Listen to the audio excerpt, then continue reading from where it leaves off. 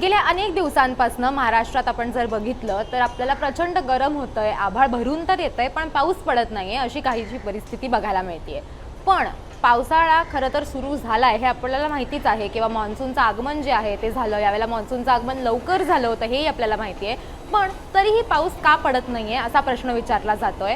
आणि आता त्याची दिशा कशी असणार आहे, कधीपर्यंत पाऊस महाराष्ट्राला व्यापणार आहे, असे असंख्य प्रश्न जे आहेत ते सगळ्यांना पडलेले आहेत आणि याच प्रश्नांची उत्तरं घेऊन आम्ही तुमच्या समोर आलोत। नमस्कार, मी देवयानी आणि तुम्ही बघताय मुंबई तक। मॉन्सून अपडेट बद्दल जर विचार करायचा झाला तर आपल्या तुमच्या समोर जो स्क्रीनवरती एक मॅप आहे त्याच्यामध्ये तुम्हाला दिसेल की त्याच्यामध्ये दोन तुम्हाला लाईन्स दिसतात। एक आहे ती ब्लू रेष आहे आणि दुसरी आहे ती लाल रेष आहे। आता ब्लू रेष आणि लाल रेष याच्यामध्ये फरक काय आहे किंवा आता आपल्याला कसं कळणार की कधी पाऊस येणार आहे, तर ते आपण थोडक्यात समजून घेऊयात। सगळ्यात पहिले जर तुम्ही बघितलं तर साधारण 15 जून पर्यंत पूर्ण महाराष्ट्र जो आहे तो म्हणजे मान्सून जो आहे तो पूर्ण महाराष्ट्राला व्यापेल 15 जून पर्यंत असं या मॅपमध्ये आपल्याला दिसतंय। कारण इथे एक लाल रेष जी आहे ती तुम्हाला बघायला मिळते, पण त्याच्या खालोखाल तुम्ही जर बघितलं तर एक निळी रेष सुद्धा आहे जी आजच्या तारखेपर्यंत आहे की 9 जून पर्यंत मान्सूननं कुठला भाग जो आहे तो व्यापलेला आहे।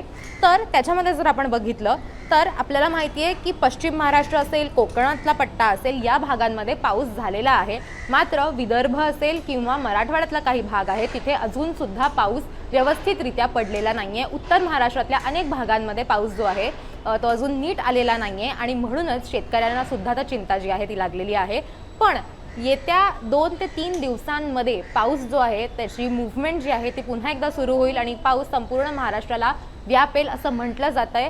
हवामान खात्यानं काय सांगितलेलं आहे ते आपण बघणारच आहोत, पण त्याच्या आधी ही जी सॅटेलाइट इमेज आहे या सॅटेलाइट इमेजमध्ये तुम्हाला दिसत असेल की काही प्रमाणामध्ये जे ढग आहेत ते आपल्याला बघायला मिळत आहेत। पण या ढगांचा एक कमी दाबाचं क्षेत्र जे आहे ते ज्या वेळेला तयार होईल त्याच्यानंतर कुठेतरी मान्सूनला पुन्हा एकदा गती मिळेल आणि बंगालच्या उपसागरामध्ये कमी दाबाचं क्षेत्र तयार होण्याची शक्यता आहे पुढच्या 3 ते 4 दिवसांमध्ये। आणि ते जर क्षेत्र तयार झालं तर मग आपल्याला महाराष्ट्रामध्ये मान्सूनला आणखीन स्पीड जी आहे ती मिळेल आणि पाऊस जो आहे तो आपल्याला आणखीन पडताना बघायला मिळेल आणि महाराष्ट्राला तो व्यापेल असं सुद्धा हवामान खात्यानं अंदाज सांगितलेला आहे। आत्तापर्यंत आपण बघितलं की गेल्या 2 ते 3 दिवसांपासून आपल्याला कुठेही फारसा पाऊस बघायला मिळत नाहीये की अगदी मुसळधार पाऊस झालेला आहे वगैरे असं चित्र आपल्याला बघायला मिळत नाहीये। मुंबईमध्ये सुद्धा आपण बघितलं की ढगाळ वातावरण आहे पण पाऊसच पडत नाहीये।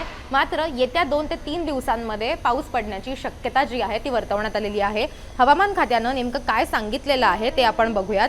तर त्यांनी जे सांगितलेलं आहे की वेस्ट इंडियामध्ये नेमकं काय काय होऊ शकतं, तर light to moderate rainfall at some or isolated places accompanied with thunderstorm, lightning and gusty winds, speed reaching 40 to 50 kilometres per hour likely over Marathwada during 9 to 15 म्हणजे 9 ते 15 तारखेच्या मध्ये मराठवाड्यामध्ये आपल्याला मुसळधार पाऊस बघण्याची म्हणजे पडण्याची जी शक्यता आहे ती वर्तवली जाते। थंडरस्टॉर्म, लाइटनिंग म्हणजे विजांचा कडकडाट होऊ शकतो, प्रचंड वारं जे आहे ते सुद्धा आपल्याला इथे बघायला मिळू शकतं मराठवाड्यामध्ये 9 ते 15 तारखेच्या मध्ये। त्याच्यानंतर आपण जर बघितलं तर विथ लाइटनिंग ओव्हर गोवा, मध्य Maharashtra and during 9 to 14th June with thunder squall म्हणजे wind speed reaching 50 to 60 kilometers per hour to 70 kilometers per hour इतकं असं सुद्धा चित्र जे आहे ते आपल्याला बघायला मिळू शकतं। याच्यामध्ये 9 ते 14 तारखेमध्ये गोवा आणि मध्य महाराष्ट्रामध्ये आपल्याला हे चित्र बघायला मिळणार आहे। त्याच्यानंतर आपण जर बघितलं तर इथे असं म्हटलेलं आहे की हे जे थंडर स्क्वॉल त्यांनी म्हटलेलं आहे की म्हणजे अतिशय वेगानं जे वारं आहे ते वाहण्याची शक्यता आहे किंवा एक साधारण ढगाळ वातावरण, पावसाचं वातावरण तयार होण्याची शक्यता आहे कोकणात, गोव्यामध्ये आणि मराठवाड्यामध्ये 13 आणि 14 जूनला असं सुद्धा त्यांच्याकडनं सांगण्यात आलेलं आहे।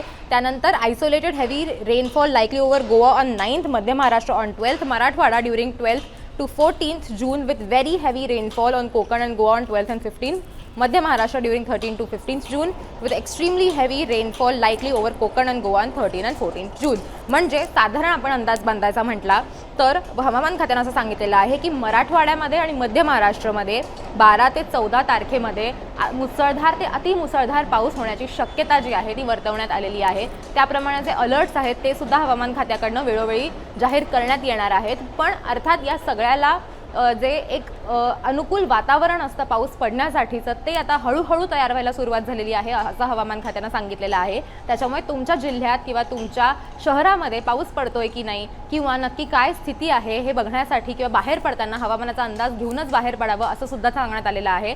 पण 12 ते 14 जून हे 3 ते 4 दिवस जे आहेत ते अतिशय महत्त्वाचे असणार आहेत मराठवाडा आणि मध्य महाराष्ट्रासाठी, कारण या भागामध्ये पाऊस पडण्याची शक्यता वर्तवण्यात आलेली आहे. म्हणजेच काय तर मान्सून जो आहे तो हळूहळू आता महाराष्ट्राला व्यापायला सुरू करणार आहे आणि म्हणजे एक जे अनुकूल वातावरण खरं तर बंगालच्या उपसागरात किंवा अरबी समुद्रात तयार होणं गरजेचं असतं मान्सून पुढे जाण्यासाठी, ते तयार होण्याची सुद्धा शक्यता जी आहे ती वर्तवण्यात आलेली आहे. त्याच्यामुळे येत्या आठवड्यात आपल्याला मराठवाडा आणि मध्य महाराष्ट्रामध्ये आणि त्याचसह कोकणामध्ये सुद्धा काही भागांमध्ये मुसळधार पाऊस बघायला मिळणार आहे. तुम्हाला या सगळ्याबद्दल काय वाटतंय? तुमच्या जिल्ह्यामध्ये पाऊस पडलाय का? कितपत पाऊस आतापर्यंत झालेला आहे हे तुम्हाला जाणून घ्यायचं असेल किंवा तुम्हाला जर ते आम्हाला सांगायचं असेल तर त्यासाठी तुम्ही कमेंट करा. आणि तुमचा जिल्ह्याचा अंदाज काय आहे ते तुम्हाला जाणून घ्यायचं असेल तर त्याच्यासाठी मुंबई तकला सबस्क्राईब करायला विसरू नका. आता जर तुम्ही सबस्क्राईब केलं नसेल तर सबस्क्राईब करा आणि असेच जे लेटेस्ट अपडेट्स आहेत हवामानाचे ते तुम्हाला वेळोवेळी मुंबई तकवर बघायला मिळतील.